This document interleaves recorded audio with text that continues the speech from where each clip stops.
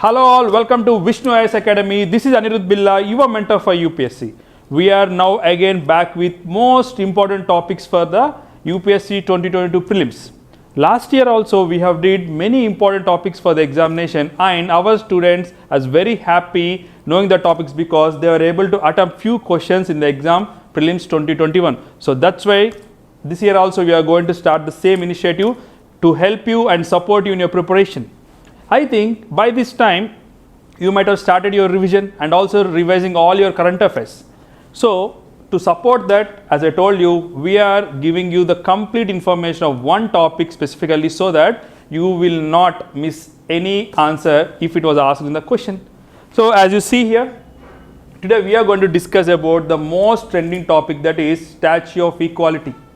As you can see on the screen, it was inaugurated on 5th February 2022 by our Prime Minister, and the height of the statue is 216 feet and it's the second largest sitting statue. Apart from this, there was a big concept behind this. Who was the person, who was a great person sitting over there, because he has contributed a lot to the medieval history.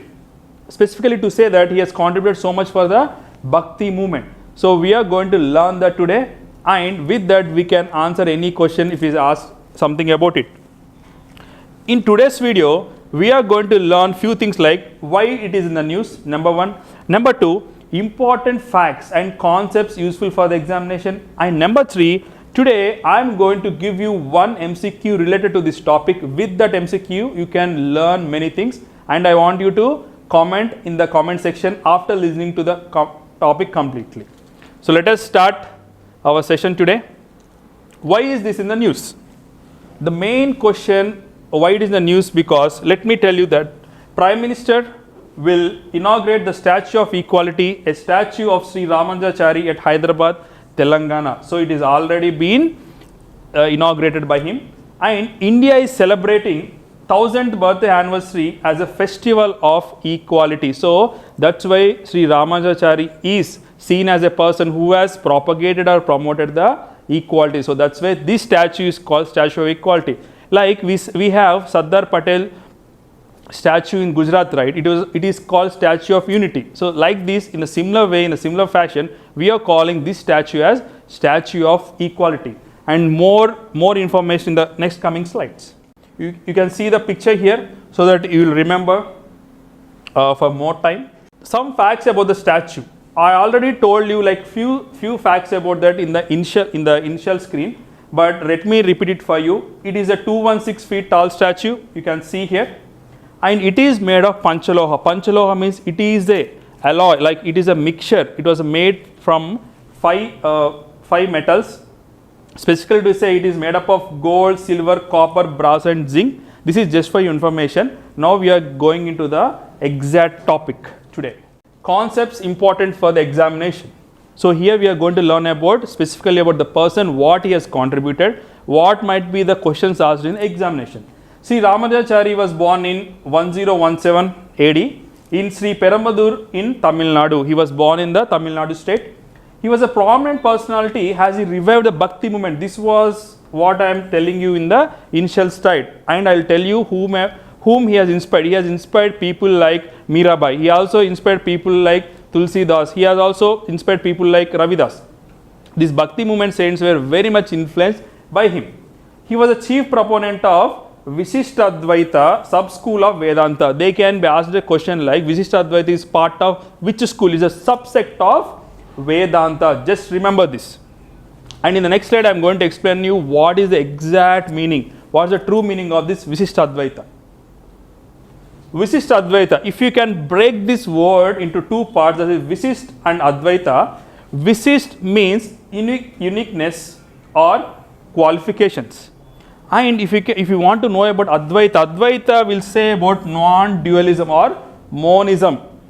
They say, like for example, Atma Paramatma concept, if you can take like that, they say that they both are same. So they always feel like the Brahman or the supreme power and human being, the human soul is both. It is just the same. So that's why they are going to tell you that it's a non-dualistic thing, Advaita, and it also has some uniqueness and qualification. That is why it is called VishishtAdvaita. And it's a part of, it's a school of Vedanta philosophy. And I hope you are remembering some concepts like Dvaita, Advaita, right? That question is discussed today. That question I'll ask you today so that you can answer well. Who are the prominent philosophers in that? And what are the other important works done by Ramanujacharya? Already he has told about VishishtAdvaita, but let us see what are other things he told. He composed 9 scriptures known as Navaratnas. Navaratnas, the 9 Ratnas, if it is been asked in the exam like who was the person who has composed Navaratnas, you just remember the name of Sri Ramanujacharya. He wrote commentaries on the Vedic scriptures. What are those Vedic scriptures? Let us see that. Sri Bhashya or true commentary. It is a commentary on Vedanta Sutras. Whatever the Vedanta Sutras which was difficult for people to read, he has simplified it by writing Sri Bhashya true commentary. Next, he wrote commentary, like he gave a commentary on Bhagavad Gita. He says that name is Gita Abhyasa. See, whatever the names, it might appear in your examination, please make sure that you relate to the Sri Ramanujacharya. And next, Vedartha Samagraha, the summary of meaning of Vedas. He has he has composed one more scripture also. And Vedanta Sara, the essence of Vedanta. And finally, we can see Vedanta Deepa, the lamp of Vedanta. So you can see there is a pattern in the last 3 points, that is Vedanta or Vedartha. There is a common root word here, that is Vedanta. And these 2 compilations also, please remember that is Sri Vyasa and Gita Abhyasa. So these are the things which he has worked in his lifetime, and very much useful for your examination, because if you can see the questions in the UPSC, they were asking about philosophers, what they taught, what is then even the medieval times or in other things also. The Statue of Equality. And now if you are coming for why it is called Statue of Equality, there are 2 things which you need to know, that is Sri Vaishnava Sampradaya. He proponent, the Sri Ramanujacharya ji has propagated this Sri Vaishnava Sampradaya, which believes that universal salvation through devotion to God. So they believe that through devotion to the God, the Bhakti Yoga which you follow, that will make you get salvation. And compassion, humility, equality and mutual respect. So what are the words we learned in our ethics, all were been followed by him, and he taught the same thing to the people. So I can say he is kind of a social reformer. With the Bhakti, he tried to change the society. Every human is equal regardless of nationality, gender, race, caste or creed, and liberated millions from the social, cultural, gender and education and economic discrimination. What are the discrimination? That today our modern constitution says that we should not discriminate a person on these things. Just imagine, he propagated this thing in the year, like in the years of 1000. Just imagine. This many years back, if he is doing that, 1000 years back he is propagating, means he is definitely a successful social reformer whom we got in our country. Now, expected MCQ in prelims from the topic. Recent trends of questions in UPSC. If you can observe the recent trends in UPSC, whenever there was a topic, earlier they used to give questions directly from the topic. For example, today we are learning about Statue of Equality. So they used to ask questions from them. But now they are changing some trends, right? They will ask similar kind of topics, similar kind of questions from the related to the topic. So let us see that question. If you can solve this question, I think you can definitely answer in the mains prelims also. Just see the question. This is question. I want you to attempt this question and I want you to comment in the comment box.